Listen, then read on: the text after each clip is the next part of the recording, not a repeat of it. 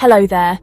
Today we are going to unpack the world of Legionella, the notorious bacteria behind some severe respiratory illnesses you might encounter in your practice.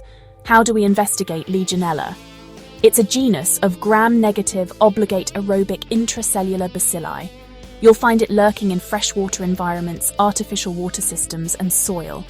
But the one we really need to worry about is Legionella pneumophila, especially serogroup 1, responsible for up to 90% of human infections.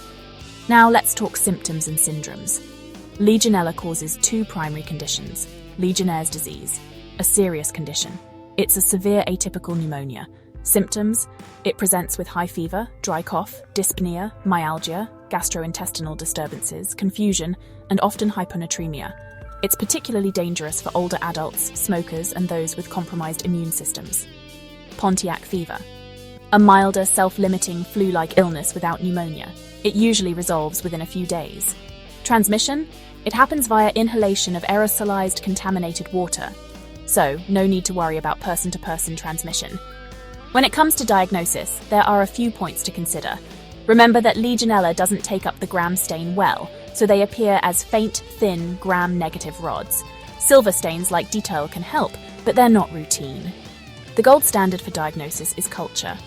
You'll need buffered charcoal yeast extract, BCYE, agar, and about 3-5 days of incubation at 35-37 degrees Celsius with 2.5% CO2. Look for grey-white colonies with a ground glass appearance. Biochemically, Legionella is catalase and oxidase positive, non-fermentative, and urease negative. You can also use a urinary antigen test, UAT, for rapid and specific detection of L. pneumophila serogroup 1, but it will not cover other species or serogroups. PCR testing targets conserved genes like MIP or 16S RNA and offers high sensitivity and rapid results, useful directly on respiratory specimens. MALDI-TOF MS is used for species-level identification from cultured colonies, accurate, fast, and increasingly common in clinical labs. Treatment-wise, your first-line options are azithromycin or levofloxacin, both excellent for intracellular penetration. Alternatives include moxifloxacin or doxycycline. Duration typically ranges from 7-14 days, depending on the severity and the patient's immune status.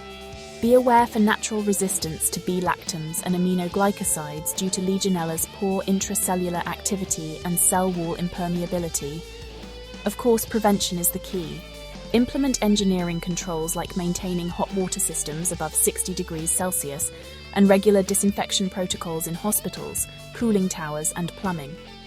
Routine environmental monitoring in high-risk settings is also crucial. This content is for educational purposes only and doesn't substitute for clinical judgment or professional medical advice. Thanks for watching.